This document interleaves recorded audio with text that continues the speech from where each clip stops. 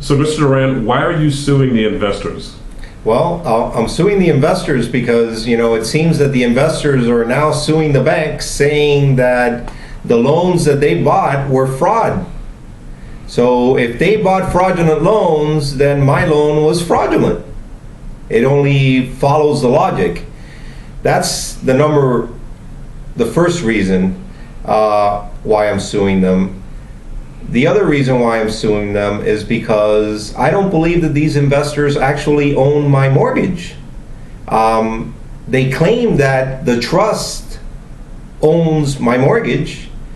They claim that the trust somehow bought this mortgage at some point, but they can't prove to me that these investors actually own my mortgage. So I'm suing them to quiet title, because if they own my mortgage, they must have been receiving payments as I made the payments. And they must have paperwork to support it. But they will not give me that paperwork. So I want to know who owns my mortgage. I also want to know an accounting.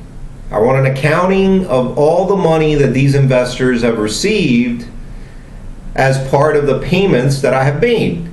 Because if they indeed own my mortgage, then they must have been receiving a cash flow payment. Every monthly payment that I made, they must have received a portion of that money. So I want an accounting of that money. And ultimately, the investors, according to what the banks are saying in defense to all these investor lawsuits, they're saying that the investors are the ones who fueled these loans to begin with, because they created the guidelines by which they originated these loans. So I guess the investors are at fault too for what happened to me. At the end of the day, I went to Wells Fargo looking for a loan, and what I got is a lawsuit in which I have to name hundreds of people, if not thousands of people, to be able to get a remedy to the problem that I have. Does that seem fair? Does that seem logical? I think I will bring them to justice for their misdeeds through the court system, and let the court system tell me what I'm entitled to receive. What should they pay? How should they pay for what they did to us as an American people? I guess you really identify with the people who are upset, like the Occupy Wall Street and the Occupy Miami folks. I guess you really identify with their frustration. Absolutely. If you see, they're all living in tents, and that's the future of most American dreams. We're going to be homeless. The banks are going to own our homes. They're going to sell them to the highest bidders.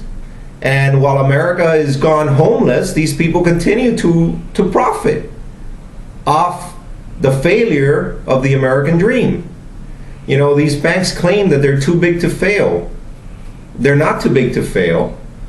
What they forget is that no one American is too small to succeed. And all it takes is one person, one Martin Luther King, one Rosa Parks, one Pelayo Duran, that's going to stand up for what he feels is right, and is going to bring these people to justice. I believe in our legal system. I believe that one person can make a difference, and I hope to change the course of history.